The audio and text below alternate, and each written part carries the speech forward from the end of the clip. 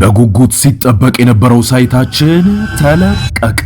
የትላልቅ ንግዶች መነሻ በሆነችው ተክለ ሃይማኖት ዘመናዊ ዱባይ ስታንዳርድ ሞል በአንድ ዓመት ጊዜ ውስጥ ተረክበው ወደ ስራ የሚገቡበትን ከ25 ካሬ ሜትር ጀምሮ ከበቂ የመኪና ማቆሚያ ጋር ከግራውንድ ፍሎር እስከ ሶስተኛ ፎቅ ድረስ ለመኪና መለዋወጫ፣ ለኤሌክትሮኒክስ፣ ለስቶር፣ ለካፍቴሪያ ሁሉንም እንደ ምርጫው ነግዶ ለማትረፍ ገዝቶ ለማከራየት ሱቅ ከነገበያው አቅርበንሎታል። እንዲሁም ፒያሳ ወዳጅነት ፓርክ ፊት ለፊት ባለ 1 መኝታ በ3.6 ሚሊዮን ብር፣ ባለ 2 መኝታ በ5.8 ሚሊዮን ብር ሙሉ ክፍያ በመሸጥ ላይ እንገኛለን። ለበለጠ መረጃ ከታች ባለው ስልክ ይደውሉ። ሰላም ጤና ይስጥልኝ። የተወደዳችሁ የሰለዳ ሚዲያ አድማጭ ተመልካቾቻችን እንዴት ቆያችሁ? ለዕለቱ መራርጠን ወደ እናንተ ለማድረስ ያዘጋጀናቸው አዳዲስ ትኩስና ወቅታዊ መረጃዎችን ይዘን ቀርበናል። መረጃዎቻችን እየተከታተላችሁ እስከ ፕሮግራማችን ፍጻሜ ከኛ ጋር እንድትቆዩ ከወዲሁ በታላቅ አክብሮት ጋብዛለሁኝ።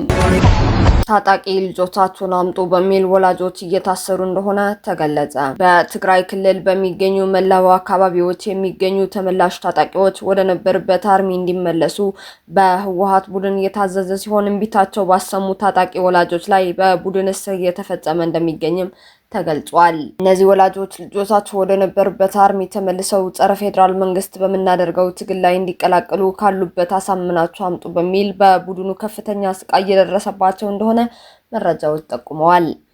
ከዚህ ጋር በተያያዘ በአድዋ ከተማ ካድሬዎች ተመላሽ ታጣቂ የሆኑትን ፎርም አስመልተው ወደ ትጥቅ ሊወስዷቸው ቤት ለቤት እየዞኑ በነበሩበት ወቅት አንድ የቀድሞ ታጣቂ ወደ ትግል አልመለስም በሚል በሰጠው ቆራጥ ውሳኔ ጭቅጭቅ መነሳቱ ተከትሎ አንድ የህወሓት ካድሬ መደብደቡ ተሰምቷል።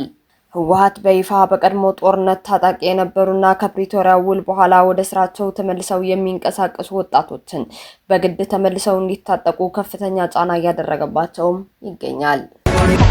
ዶክተር ጌዲዮን ጢሞቴዎስ ከኢጋድ የደቡብ ሱዳን ልዩ መልእክተኛ ጋር ተወያዩ። የውጭ ጉዳይ ሚኒስትር ዶክተር ጌዲዮን ጢሞቴዎስ ከምስራቅ አፍሪካ የልማት በይነ መንግስታት ባለስልጣን ኢጋድ የደቡብ ሱዳን ልዩ መልእክተኛ አምባሳደር ሙሳ ጃማ ጋር በትናንትናው ዕለት ተወያይተዋል። በውይይቱ ወቅት አምባሳደር ሙሳ ጃማ በደቡብ ሱዳን ዘላቂ ሰላምና ደህንነትን ለማስፈን ኢጋድ እያከናወናቸው ስላሉ ተግባራት ለሚኒስትሩ ገለጻ አድርገዋል። የውጭ ጉዳይ ሚኒስትሩ ዶክተር ጌዲዮን ጢሞቴዎስ በበኩላቸው ኢትዮጵያ በደቡብ ሱዳን ሰላምና ጸጥታ እንዲሰፍን የምታደርገው ያልተቆጠበ ድጋፍ አጠናክራ እንደምትቀጥል አረጋግጠዋል።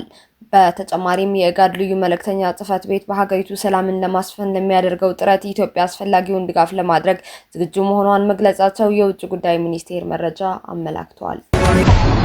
ኢትዮጵያና ብሩንዲ በሩሲያ ላይ የቀረበውን የውሳኔ ሀሳብ በጽኑ ተቃወሙ። በ61ኛው የተባበሩት መንግስታት ድርጅት የሰብአዊ መብቶች ምክር ቤት ስብሰባ ላይ በምዕራባውያን ሀገራት የቀረበውን ጸረ ሩሲያ የውሳኔ ሀሳብ ኢትዮጵያና ብሩንዲ ውድቅ ማድረጋቸው ተገልጿል።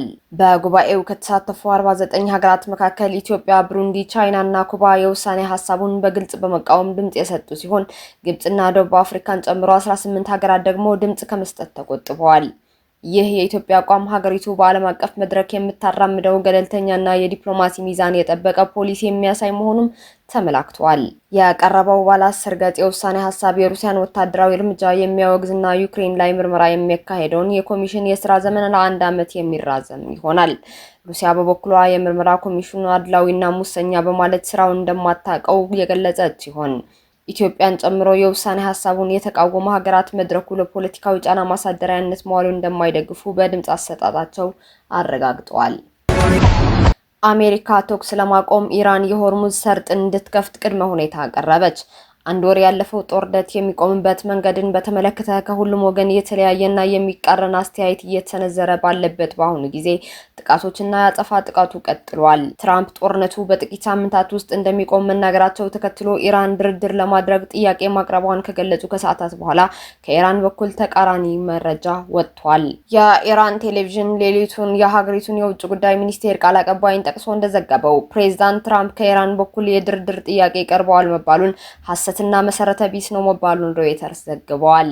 አሜሪካና እስራኤል እያካሄዱ ባለው ጥቃት ኢራን ከባድ ውድመት ቢደርስባትም የአጸፋ ጥቃቷ በመካከለኛው ምስራቅ ሀገራት ውስጥ ከባድ ፍርሃትን አስፍነዋል። በተጨማሪም ከፍተኛ መጠን ያለው የዓለም ነዳጅ የሚተላለፍበትን የሆርሙዝ ሰርጥ በመዝጋቷ አብዛኛው ዓለም ክፍል ውስጥ የነዳጅ እጥረትና የዋጋ ንረትም ተከስቷል። በዚህ ምክንያት የጦርነቱ ቀስቃሾች አሜሪካና እስራኤል እየተወቀሱ ሲሆን ኢራን የባህር መተላለፊያውን ያለምንም ቅድመ ሁኔታ የምትከፍት ከሆነ አሜሪካ ተኩስ ለማቆም እንደምትስማማ እየተዘገበም ይገኛል። በተጨማሪም የአሜሪካው ፕሬዝዳንት ጄዲ ቫንስ በአሸማጋዮች በኩል ከኢራን ጋር ንግግር እያደረጉ መሆናቸውና የሆርሙዝ ሰርጥ መከፈት ላይ ኢራን የአሜሪካን ቅድመ ሁኔታ እንድትቀበል በሚስጥር መልእክት እንደተላለፈበት ሮይተርስ ዘግቧል።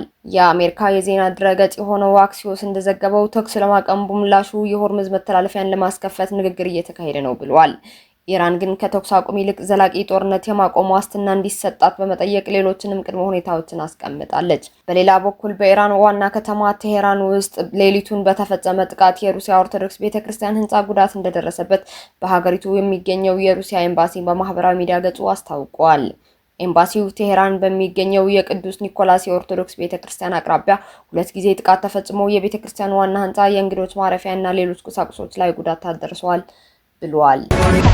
ቻይና በሰው አልባ የጭነት አውሮፕላን ማለትም ድሮንስ ቴክኖሎጂ ታሪክ አዲስ ምዕራፍ የሚከፍት የ3.5 ቶን ጭነት የመሸከም አቅም ያለውን ግዙፍ ድሮን የበረራ ሙከራ በስኬት ማጠናቀቋን አስታወቀች። ቻንጊዩንግ 8 የተሰኘውና በዓለም አቀፍ ደረጃ በግዙፍነቱ ቀዳሚ የሆነው ይህ ድሮን ሞተሩን ጨምሮ ሁሉም አካላቱ በቻይና ሀገር ውስጥ የቴክኖሎጂ አቅም ብቻ የበለጸጉ መሆናቸውም ተጠቁመዋል። የቻይና ብሔራዊ ቴሌቪዥን ሲሲቲቪ እንደዘገበው የድሮኑ የበረራ ሙከራ በሄናን ግዛት ዥንጉዡ አውሮፕላን ማረፊያ የተከናወነ ሲሆን ድሮኑ በማኮብኮቢያው ላይ 280 ሜትር ብቻ ከተጓዘ በኋላ ለ30 ደቂቃ ያህል በአየር ላይ በረራ አድርጎ በሰላም ማረፉን ገልጿል።